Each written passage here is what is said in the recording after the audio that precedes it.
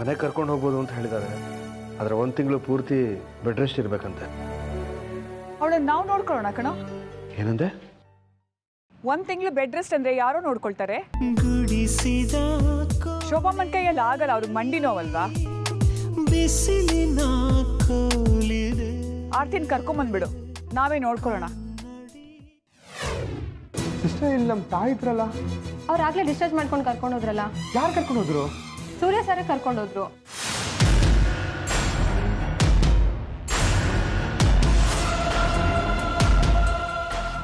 ಅಮ್ಮ, ನಾ ಹೇಳೋ ವಿಷಯನ ಕೇಳಿ ಗಾಬರಿ ಆಗ್ಬೇಡಿ. ಮೊದಲು ನೀನ್ ಯಾಕೆ ಗಾಬರಿ ಆಗಿದ್ಯಾ ಅದನ್ನ ಹೇಳು. ಸೂರ್ಯ ಅವರು ಆರ್ತಿ ಅವ್ರನ್ನ ಮನೆ ಕರ್ಕೊಂಡೇ ಬಂದ್ಬಿಟ್ರು.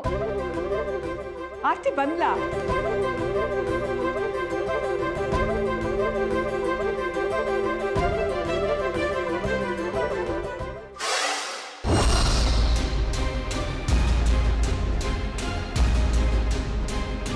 ಹಲೋ ನಿರೋಷಾ, ತೋರಿಸ್ಬಿಟ್ರು ಕಣ ಅವ್ರು ಸಾವುಕಾರು ಬುದ್ಧಿನ. ಏನೋ ಹೇಳ್ತಿದ್ಯಾ? ಅತ್ತೆ ಹೇಗಿದ್ದಾರೆ? ಯಾವನಿಗೆ ಗೊತ್ತು? ಹಾಗಂದ್ರೆ ಏನೋ? ಈಗ ನೀನು ಎಲ್ಲಿದ್ಯಾ? ಹಾಸ್ಪಿಟಲ್ಗೆ ಹೋಗ್ತೀನಿ ಅಂತ ತಾನೇ ಹೋಗಿದ್ದು? ನಾನು ಹಾಸ್ಪಿಟಲಲ್ಲೇ ಇದ್ದೀನಿ, ಆದ್ರೆ ಅಮ್ಮ ಇಲ್ಲ. ಅಂದ್ರೆ ಡಿಸ್ಚಾರ್ಜ್ ಮಾಡ್ಕೊಂಡು ಅವ್ರ ಮನೆ ಕರ್ಕೊಂಡು ಹೋಗಿದ್ದಾರೆ. ಮಾವನ್ ಮನೆಗ? ಅವ್ನು ಯಾವ ಸೀಮೆ ಮಾವನೇ ನಿನಗೆ? ಅದಿ ನೀನ್ ಕೂಲ್ ಆಗಿರು. ಈಗಲೇ ಡಿಸ್ಚಾರ್ಜ್ ಮಾಡ್ಕೊಂಡು ಕರ್ಕೊಂಡು ಹೋಗಿ ಅಂತ ಹೇಳಿರ್ತಾರೆ, ಅದಕ್ಕೆ ಕರ್ಕೊಂಡು ಹೋಗಿರ್ಬೋದು ಬಿಡು. ನನಗೊಂದು ಫೋನ್ ಮಾಡಬೇಕು ಅಂತ ಗೊತ್ತಿರಲಿಲ್ವ ಅವ್ರಿಗೆ? ಇದೆಲ್ಲ ಬೇಕು ಅಂತಾನೆ ಮಾಡಿರೋದು ನನಗೆ ಗೊತ್ತು. ಸರಿ, ನಾನು ರಂಜಿತ್ ಹತ್ರ ಮಾತಾಡ್ತೀನಿ, ನೀನಿರು. ಬೇಕಾಗಿಲ್ಲ, ಯಾವನ ಹತ್ರನೂ ಮಾತಾಡೋದು ಬೇಕಾಗಿಲ್ಲ. ಹುಷಾರಿಲ್ದಿದ್ದ ನಮ್ಮಮ್ಮನ ಕಿಡ್ನಾಪ್ ಮಾಡ್ಕೊಂಡು ಹೋಗಿದ್ದಾರೆ ಅವರು. ಹಾಗಂತ ಪೊಲೀಸ್ ಕಂಪ್ಲೇಂಟ್ ಕೊಡ್ತೀಯಾ? ಯಾವ ಕಂಪ್ಲೇಂಟು ಕೊಡಲ್ಲ, ನಾನೇ ಹೋಗಿ ನಮ್ಮಮ್ಮನ ಕರ್ಕೊಂಡ್ ಬರ್ತೀನಿ. ದುಡುಕ್ ಬೇಡ ಆದಿ, ಅವ್ರೇನ್ ಮಾಡ್ಬಾರ್ದೇನ್ ಮಾಡಿಲ್ಲ. ಹಾಸ್ಪಿಟಲ್ ಬಿಲ್ ಅವರೇ ಕಟ್ಟಿರ್ತಾರೆ ತಾನೆ, ಅದಕ್ಕೆ ಕರ್ಕೊಂಡು ಹೋಗಿರ್ತಾರೆ. ಅವರಿಂದನೇ ನಮ್ಮಮ್ಮ ಹಾಸ್ಪಿಟಲ್ ಸೇರಿರೋದು. ಅವ್ರ ಪ್ರಾಣ ಉಳ್ಸಕ್ ಹೋಗಿ ನಮ್ಮಮ್ಮನಿಗೆ ಈ ಗತಿ ಬಂದಿರೋದು. ಅವ್ರೇನು ಉಪಕಾರ ಮಾಡ್ತಿಲ್ಲ ನಮ್ಮಮ್ಮನಿಗೆ. ಅತ್ತೆನೇ ಆ ಮನೇಲಿ ಇರೋದಕ್ಕೆ ಇಷ್ಟಪಟ್ಟಿರ್ಬೋದಲ್ವಾ? No chance ನಿರೋಷಾ. ನಮ್ಮಮ್ಮ ಏನು ಅಂತ ನನಗೆ ಗೊತ್ತು. ನೀನ್ ಹೋಗಿ ಕೇಳಿದ ತಕ್ಷಣ ಅವರೇ ನಮ್ಮನ್ನ ನಿನ್ ಜೊತೆ ಕಳ್ಸ್ಕೊಡಲ್ಲ. ಬೇಕಾರೆ ಅವ್ರು ಕಳ್ಸೋವರೆಗೂ ನಾವ್ ಅಲ್ಲೇ ಇರೋಣ. ನೀನ್ ಹೇಳು, ಅಮ್ಮನ ಬಿಟ್ಕೊಡೋವರೆಗೂ ನಾವ್ ಇಲ್ಲೇ ಇರ್ತೀವಂತ.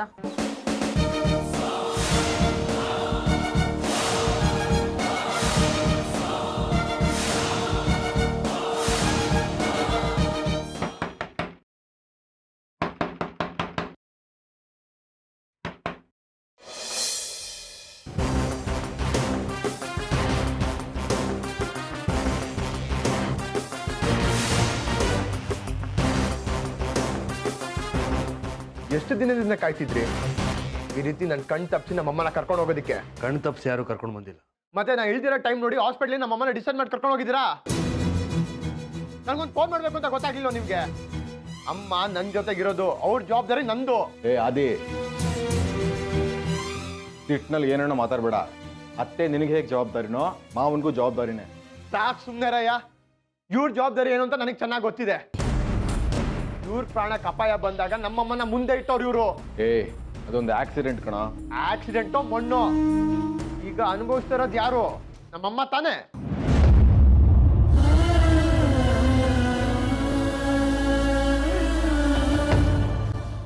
ಆ ಪಶ್ಚಾತ್ತಾಪಕ್ಕೆಪ್ಪ ನಾವು ಕರ್ಕೊಂಡು ಬಂದಿರೋದು. ಅವರು ಹುಷಾರಾಗೋವರೆಗೂ ಕಳ್ಸಲ್ಲ. ನೀನ್ ಯಾವನೋ ಕಳ್ಸಲ್ಲ ಅಂತ ಹೇಳೋದಕ್ಕೆ? ಅವರು ನನ್ನ ತಾಯಿ ನನ್ನ ಜೊತೆ ಬರ್ತಾರಷ್ಟೇ. ಅಮ್ಮ ಅದೇ, ಅವರು ಇಲ್ಲೇ ಇರಲಿ ನಮ್ಮ ಜೊತೆಲೇ ಇರಲಿ ಅಂತೇನು ಹೇಳ್ತಿಲ್ಲ. ಡಾಕ್ಟ್ರ್ ಏನು ಹೇಳಿದ್ದಾರೆ ಗೊತ್ತಾ ನಿಂಗೆ? ಲೋ, ಡಾಕ್ಟ್ರು ನನಗೂ ಹೇಳಿದ್ದಾರೆ ನಮ್ಮಮ್ಮನ ಹೇಗೆ ನೋಡ್ಕೊಬೇಕು ಅಂತ ನಂಗೆ ಚೆನ್ನಾಗಿ ಗೊತ್ತಿದೆ. ಅಮ್ಮ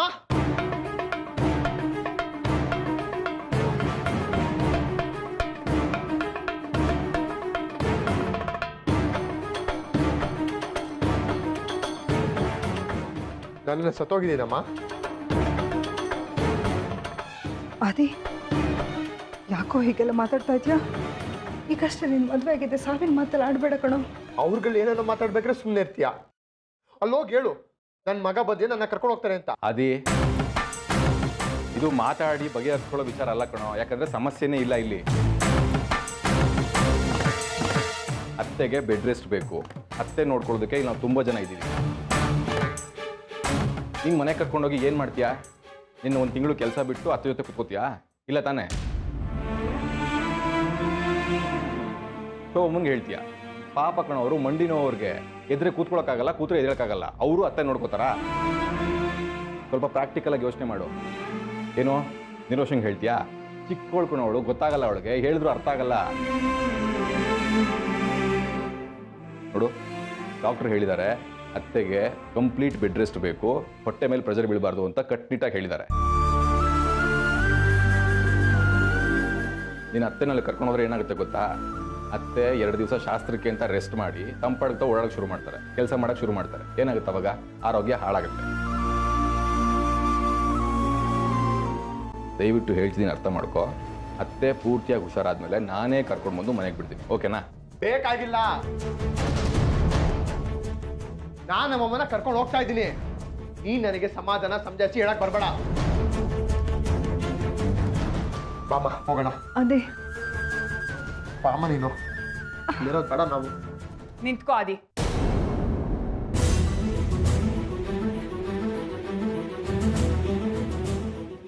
ಡಾಕ್ಟರ್ ಏನ್ ಹೇಳಿದ್ರು ನಿನ್ಗೇನ್ ಅನ್ಸುತ್ತೆ ಅದು ಮುಖ್ಯ ಅಲ್ಲ. ನಿಮ್ಮಮ್ಮ ಗುಣ ಆಗ್ಬೇಕು, ಅದು ನನಗೆ ಬೇಕಾಗಿರೋದು.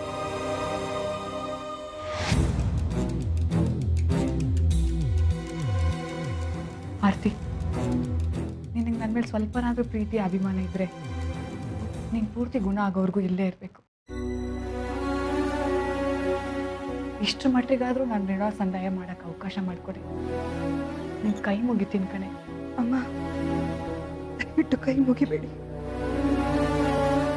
ಪರವಾಗಿಲ್ಲ ಕಣೆ, ನನ್ನ ಮಗನ ಜೀವ ಉಳಿಸಿ ದೇವತೆ ನೀನು. ಸಣ್ಣ ಸೇವೆ ಮಾಡೋ ಅವಕಾಶನಾದ್ರೂ ಮಾಡಿಕೊಡೆ ಪ್ಲೀಸ್. ಅಮ್ಮ ಇವ್ರು ಮಾತನ್ನ ನಂಬೇಡ ನೀನು. ಬಾ, ಇವತ್ತು ಒಂಥರ ಮಾತಾಡ್ತಾರೆ, ನಾಳೆ ಒಂಥರ ಮಾತಾಡ್ತಾರೆ. ಬಾಮ ನೀನು ಪ್ಲೀಸ್ ಅದಿ.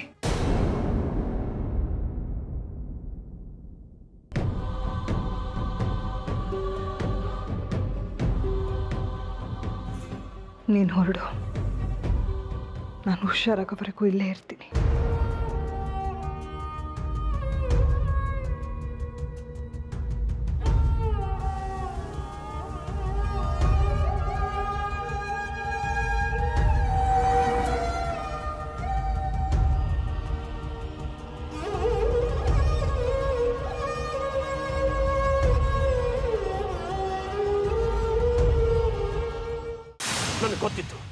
ನನಗೆ ಗೊತ್ತಿತ್ತು ಹೀಗೆ ಆಗತ್ತೆ ಅಂತ. ಬೀಗರು ನೀವು ಮನೆಗೆ ಬಂದಿದ್ದೀರಾ, ದಯವಿಟ್ಟು ಒಳಗಡೆ ಕೂತ್ ಮಾತಾಡಿ. ಹ್ಯಾಕ್ ಕೂತ್ಕೊಳ್ಳೋಕ್ಕಾಗತ್ತೆ ಶೋಭಾ ಅವರೇ? ಹ್ಯಾಕ್ ಕೂತ್ಕೊಳ್ಳೋಕ್ಕಾಗತ್ತೆ?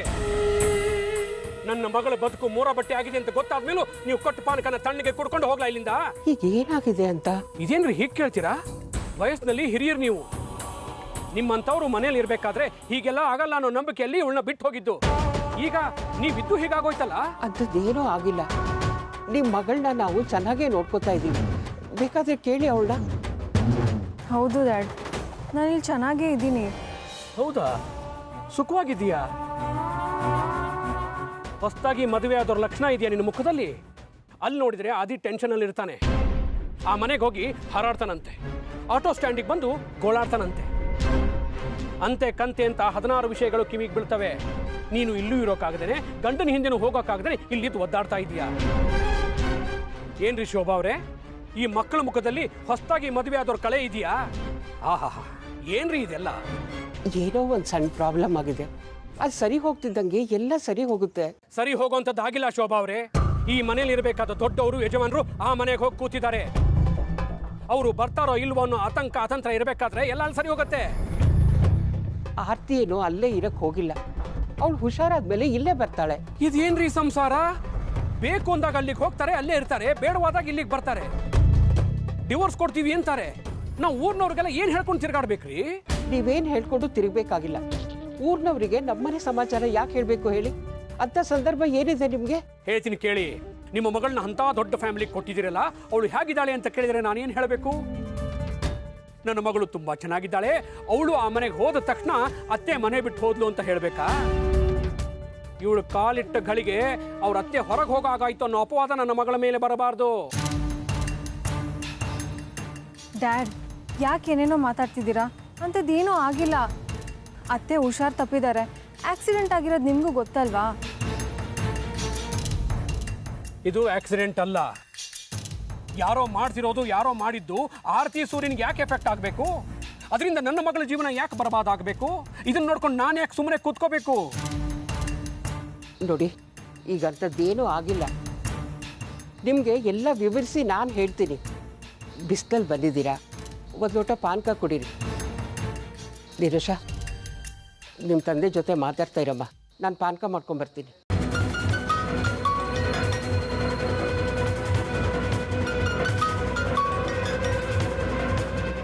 ಏನ್ ಡ್ಯಾಡ್ ಇದೆಲ್ಲ?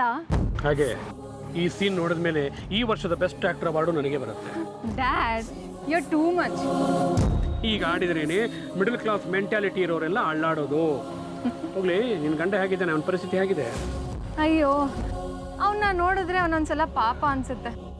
ಪಾಪ ಅನ್ನೋಕೆ ಹೋಗ್ಬೇಡ. ಅಯ್ಯೋ ಪಾಪ ಅಂದರೆ 6 ತಿಂಗಳ ಆಯುಸ್ ಕಡಿಮೆ ಆಗತ್ತೆ. ಗೊತ್ತು. ಅದಕ್ಕೆ ಅವಳುಗಳ್ಗೇನ ನಾನು ದನಿಗೂಡಿಸ್ತಾ ಇರೋದು. ಗುಡ್. ಅಂತೂ ನಾವು ಅಂದ್ಕೊಂಡ ಹಾಗೆ ಅವರಿಬ್ಬರು ಒಂದೇ ಮನೆಯಲ್ಲಿ ಇರುವಾಗ ಆಯ್ತಲ್ಲ. ನೋಡಿದ್ರಾ, ನಮ್ಮ ಪ್ಲಾನ್ ಸಕ್ಸಸ್ ಆಯಿತು. ನಿರೋಷ, ಅವರು ಒಟ್ಟಿಗೆ ಇದ್ದಾರೆ ನಿಜ, ಆದರೆ ಅವರಿರೋ ಕಡೆ ನೀವು ಹೋದರೆ ತಾನೇ ನಮ್ಮ ಪ್ಲ್ಯಾನ್ ಸಕ್ಸಸ್ ಆಗೋದು. ಅಂದರೆ ನಾವು ಆ ಮನೆಗೆ ಹೋಗ್ಬೇಕಾ? ಅದಕ್ಕೆ ತಾನೇ ನಾವು ಇಷ್ಟೆಲ್ಲ ದೊಡ್ಡ ಡ್ರಾಮಾ ಮಾಡಿರೋದು. ಹಾಗ ಸರಿ, ನಾನು ಅದೇ ಆ ಮನೆಗೆ ಶಿಫ್ಟ್ ಆಗಿಬಿಡ್ತೀವಿ. ಮತ್ತು ಈ ಮುದುಕಿ? ಅಯ್ಯೋ, ಈ ಮುದುಕಿ ಇಲ್ಲಿದ್ರೇನು ಅಲ್ಲಿದ್ರೇನು, ಸೈಡ್ ಆ್ಯಕ್ಟರ್ಸ್ ಬಗ್ಗೆ ಜಾಸ್ತಿ ತಲೆ ಕೆಡಿಸ್ಕೊಳಕ್ಕೆ ಹೋಗ್ಬೇಡ. ಹಾಂ, ನೀ ಅಲ್ಲಿ ಹೋದ್ಮೇಲೆ ದೊಡ್ಡ ಡ್ರಾಮಾ ಮಾಡಬೇಕು, ಅದೇ ನಮ್ಮ ಉದ್ದೇಶ. ಗೊತ್ತಾಯ್ತು.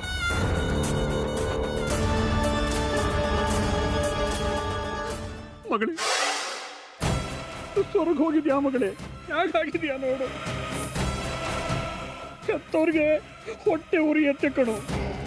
ಮಗಳನ್ನ ಗಂಡನ ಮನೆಯಲ್ಲಿ ಹೀಗಾಗಿರೋದನ್ನ ನೋಡಿದ್ರೆ ಇದು ಏನು ಸೌಕರ್ಯ ಬೇಕು ಹೇಳು?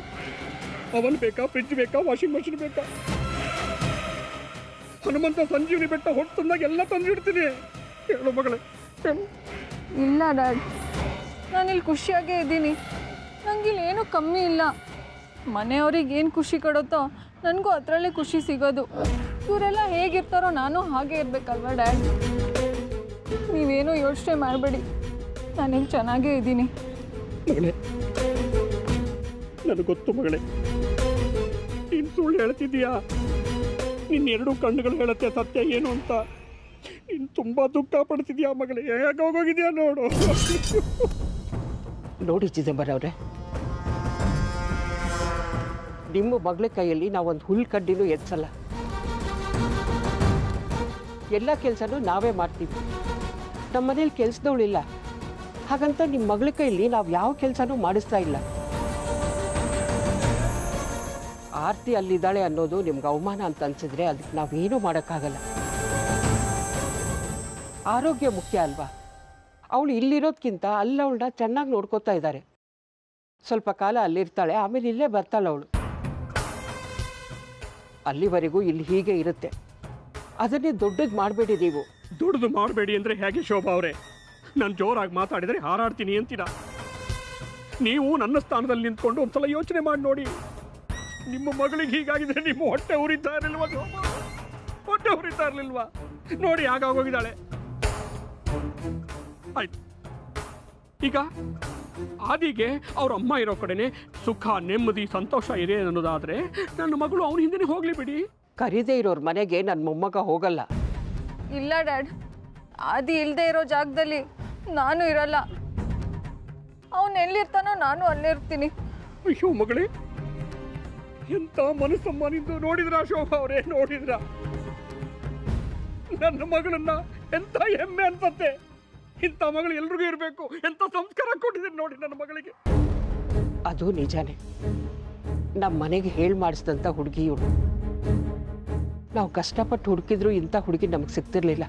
ನೋಡಿದ್ರ ನೋಡಿದ್ರ ಸಾಕು ಸಾಕು. ಹೆತ್ತವ್ರಿಗೆ ಇಂಥ ಮರ್ಯಾದೆ ಮಗಳಿಂದ ಸಿಗತ್ತೆ ಅನ್ನೋದಾದ್ರೆ ಅಪ್ಪನಿಗೆ ಇದಕ್ಕಿಂತ ಸಂತೋಷ ಇನ್ನೇನಿದೆ? ಆದ್ರೆ ಆದ್ರೆ ನನ್ನ ಮಗಳು ಪಾಡು ಪಡೋದು ನೆನೆಸ್ಕೊಂಡ್ರೆ ತುಂಬ ದುಃಖ ಆಗತ್ತೆ. ಯೋಚನೆ ಮಾಡಬೇಡಿ, ಎಲ್ಲ ಸರಿ ಹೋಗುತ್ತೆ. ಸರಿ ಹೋಗಲ್ಲ, ಖಂಡಿತ ಸರಿ ಹೋಗಲ್ಲ. ಸರಿ ಹೋಗಬೇಕು ಅಂದ್ರೆ ಆದಿ ಹೇಗೆ ಹೇಳ್ತಾನೋ ಹಾಗೆ ಮಾಡಿ. ಅವನು ಹೇಗೆ ಹೇಳ್ತಾನೋ ಹಾಗೆ ಕೇಳಿ. ಶೋಭಾ ಅವರೇ, ನನ್ನ ಮನಸ್ಸಿಗೆ ತುಂಬ ಅಸಮಾಧಾನ ಇದೆ. ಕೂತ್ರೆ ನಿಂತರೆ ಈ ಮನೆದೇ ಯೋಚನೆ, ಏನೂ ಕೆಲಸ ಮಾಡೋದಕ್ಕೆ ಆಗ್ತಾ ಇಲ್ಲ. ಆಯಿತು, ಹಾಗೆ ಮಾಡೋಣ.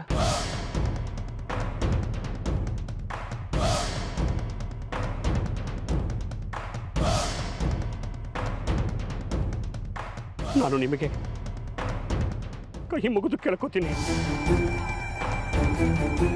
ತಾಯಿ ಮಗನ್ನ ಒಂದು ಮಾಡಿ. ಆದಿ ನೆಮ್ಮದಿಯಲ್ಲೇ ನನ್ನ ಮಗಳ ನೆಮ್ಮದಿ ಇರೋದು. ಇಷ್ಟೇ ಅಮ್ಮ ನಾನು ಕೇಳ್ಕೊಳ್ಳೋದು. ಆದಿನೇ ನಿರ್ಧಾರ ಮಾಡಲಿ.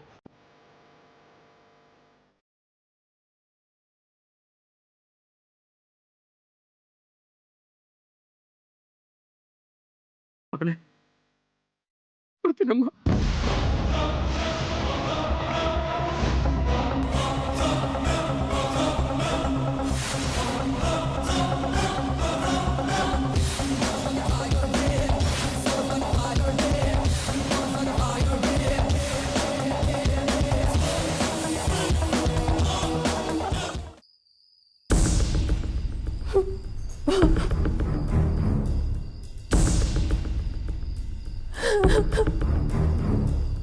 ನಿರೋಷ, ಯಾಕೆ ಹೇಳ್ತಿದ್ಯಾ? ಏನಾಯ್ತಂಥದ್ದು?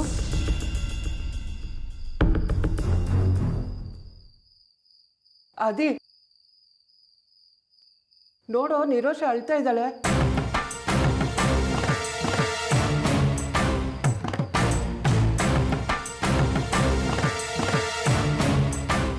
ಯಾಕೆ, ಏನಾಯ್ತು? ಅವ್ರ ತಂದೆ ಬಂದಿದ್ರು ಕಣ, ಬೇಜಾರು ಮಾಡ್ಕೊಂಡು ಹೋದ್ರು. ಅದಕ್ಕಲ್ಲ ಅಜ್ಜಿ, ನಾನು ಬಂದಿದ್ದ ದಿನಾನೇ ಅತ್ತೆನ ಹೊರಗೆ ಹಾಕಿದೆ. ಒಟ್ಟು ಕುಟುಂಬದಲ್ಲಿ ಇರ್ತೀಯ ಅಂತ ಮದುವೆ ಮಾಡಿಸಿದ್ರೆ ನೀನು ನೋಡಿದ್ರೆ ಇಂಥ ಕೆಲಸ ಮಾಡಿದ್ಯಾ ಅಂತ ನಂಗೆ ಚೆನ್ನಾಗಿ ಬೈದರು. ಹೇಳ್ಬೇಕಾಗಿತ್ತು, ಅವ್ರು ಹೋಗಿದ್ದಲ್ಲ, ಇವ್ರು ಬಲವಂತವಾಗಿ ಕರ್ಕೊಂಡು ಹೋಗಿದ್ದು ಅಂತ. ನಾನು ಹೇಳಿದೆ, ಆದರೆ ಡ್ಯಾಡ್ ಏನು ಹೇಳಿದ್ರು ಗೊತ್ತಾ? ಈಗ ಮನೆಗೆ ಕರ್ಕೊಂಡು ಹೋಗಿದ್ದಾರೆ, ಆದರೆ ವಾಪಸ್ ಕಳ್ಸಲ್ಲ ಅಂತ ಹೇಳಿದ್ರು. ಅದಕ್ಕೆ ನಿಮ್ಮ ಅಪ್ಪಂಗೆ ಏನಂತೆ? ಮಗಳು ಗಂಡನ ಜೊತೆ ಖುಷಿಯಾಗಿದ್ದಾಳೆ ತಾನೆ? ಈಗ ನೋಡಿ, ಆದಿ ಅತ್ತೆನ ಅಲ್ಲೇ ಬಿಟ್ಟು ಬಂದಿದ್ದಾನೆ. ನಾನು ಬಂದಿದ ತಕ್ಷಣ ಅತ್ತೆನ ಆಚೆ ಹಾಕ್ದೋಳು ಅಂತ ಅಪವಾದ ಬರಲ್ವಾ? ಅದಲ್ಲದೆ ಅತ್ತೆ ಅಲ್ಲೇ ಇರ್ತಾರೆ, ಆದಿ ಅದೇ ಕೊರಗ್ನಲ್ಲಿ ಇರ್ತಾನೆ. ಈ ಸುಖಕ್ಕೆ ಮದುವೆ ಆಗ್ಬೇಕಿತ್ತ ಅಂತ ನಮ್ಮ ಅಪ್ಪ ಕೇಳ್ತಾರೆ. ಆಗ ನಾನು ಏನು ಉತ್ತರ ಕೊಡಬೇಕು? ಮತ್ತೆ ಮತ್ತೆ ಅದನ್ನೇ ಹೇಳ್ಬೇಡ್ವೆ, ಅಮ್ಮ ಅಲ್ಲೇ ಇದ್ದಾರೆ ಅಂತ. ಅಮ್ಮ ಸ್ವಲ್ಪ ದಿನ ಅಲ್ಲೇ ಇರ್ತಾರೆ. ಗಾಯತ್ರಿ ಅಜ್ಜಿ ರಿಕ್ವೆಸ್ಟ್ ಮಾಡ್ಕೊಂಡ್ರು ಅಂತ ಅಮ್ಮ ಅಲ್ಲೇ ಉಳ್ಕೊಂಡ್ರು. ಹಾಗಂತ ಅತ್ತೆಗೆ ಅನ್ಸುತ್ತೆ, ಆದರೆ ನಮ್ಮ ಡ್ಯಾಡ್ಗೆ ಅತ್ತೆಗೆ ಡಿವೋರ್ಸ್ ಕೂಡ ಕೊಡ್ಸಲ್ಲ, ಅದಕ್ಕೆ ಮನೆಗೆ ಕರ್ಕೊಂಡು ಹೋಗಿ ಇಟ್ಕೊಂಡಿರ್ತಾರೆ ಅಂತ. ಅದೊಂದು ರೀತಿಯಲ್ಲಿ ಒಳ್ಳೇದೇ ಕಣೆ. ಡಿವೋರ್ಸ್ ಆದರೆ ನಿಮ್ಮಪ್ಪಂಗೆ ಮಾನ ಹೋಗುತ್ತೆ. ಈ ವಯಸ್ಸಲ್ಲಿ ಇದೆಲ್ಲ ಬೇಕಾ ಅಂತ ಹಾರಾಡ್ತಾ ಇದ್ರು. ಅಜ್ಜಿ, ಡಿವೋರ್ಸ್ ಆಗದೆ ಗಂಡ ಹೆಂಡತಿ ಒಟ್ಟಿಗೆ ಇದ್ರೆ ಯಾರಿಗೆ ಬೇಜಾರು? ನಮ್ಮಪ್ಪ ಅಂತವ್ರಲ್ಲ. ಆದರೆ ಅತ್ತೆ ಅಲ್ಲಿ ಹೋಗ್ಬಿಟ್ರೆ ಆದಿ ಮೊದಲಿನ ಥರ ಇರ್ತಾನ? ನಿಮ್ಮ ಸಂಸಾರ ಚೆನ್ನಾಗಿರತ್ತಾ ಅಂತ ನಮ್ಮಪ್ಪನ ಪ್ರಶ್ನೆ. ಅದಕ್ಕೆ ನೀವು ಅತ್ತೆ ಒಬ್ಬರನ್ನೇ ಹಾಸ್ಪಿಟಲಲ್ಲಿ ಬಿಟ್ಟು ಬರಬಾರ್ದಾಗಿತ್ತು ಅಂತ ಹೇಳಿದ್ರು. ಅವರು ಒಬ್ಬರೇ ಇರೋ ತಲೆಯಲ್ಲಿ ಏನು ಬೇಕಾದ್ರೂ ತುಂಬಿರ್ಬೋದು ಅಂತ ಹೇಳಿದ್ರು. ಆರ್ತಿ ಏನು ಚಿಕ್ಕ ಮಗುನ? ಸ್ವಂತ ಬುದ್ಧಿ ಇರಲ್ವಾ? ಇಲ್ಲ ಅಂತ ನಾನು ಹೇಳದ್ನಾ? ಆದರೆ ಅಲ್ಲಿರೋದು ಯಾರು ಹೇಳಿ? ನಿಮಗೆ ನಮ್ಮ ರಂಜಿತ್ ಅಣ್ಣನ ಬಗ್ಗೆ ಗೊತ್ತಿಲ್ಲ.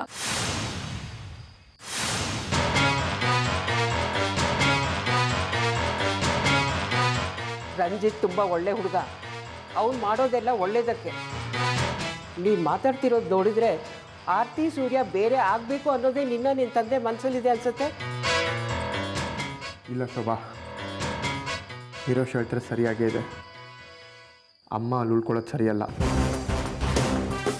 ಹಾಗಂತ ನೀನು ಹೋಗಿ ಅವಳನ್ನ ಕರ್ಕೊಂಡು ಬರ್ತೀಯಾ? ಗಾಯತ್ರಿ ಅವರು ಬೇಜಾರು ಮಾಡ್ಕೋತಾರೆ ಕಣೋ. ಆರ್ತಿಗೂ ಅಷ್ಟೇ, ಏಕಾಏಕಿ ಅವ್ರ ಮಾತನ್ನ ಧಿಕ್ಕರಿಸಿ ಬರೋಕ್ಕಾಗಲ್ಲ. ಬೇಡ, ನಾನೇ ಅಮ್ಮನ ಜೊತೆ ಅಲ್ಲೇ ಇರ್ತೀನಿ. ಅಮ್ಮ ಅದೇ ಮನೇಲಿ ಇರ್ಬೇಕಂದ್ರೆ ನಾನು ಅವ್ರ ಜೊತೆ ಇರಬೇಕು. ನೀನು ಅಲ್ಲಿಗೆ ಹೋಗ್ತೀಯಾ? ಹೌದು. ನೀನು ಒಬ್ಬನೇ ಹೋಗ್ತೀಯಾನೋ ಕಟ್ಕೊಂಡಿರೋಳನ್ನ ಬಿಟ್ಟು? ನೀನು ಎಲ್ಲಿರ್ತೀಯೋ ನಾನು ಅಲ್ಲೇ ಬರ್ತೀನಿ. ಆಯಿತು, ನೀನು ಬಾ. ಬೇಗ ಬಟ್ಟೆಗಳನ್ನ ಪ್ಯಾಕ್ ಮಾಡು.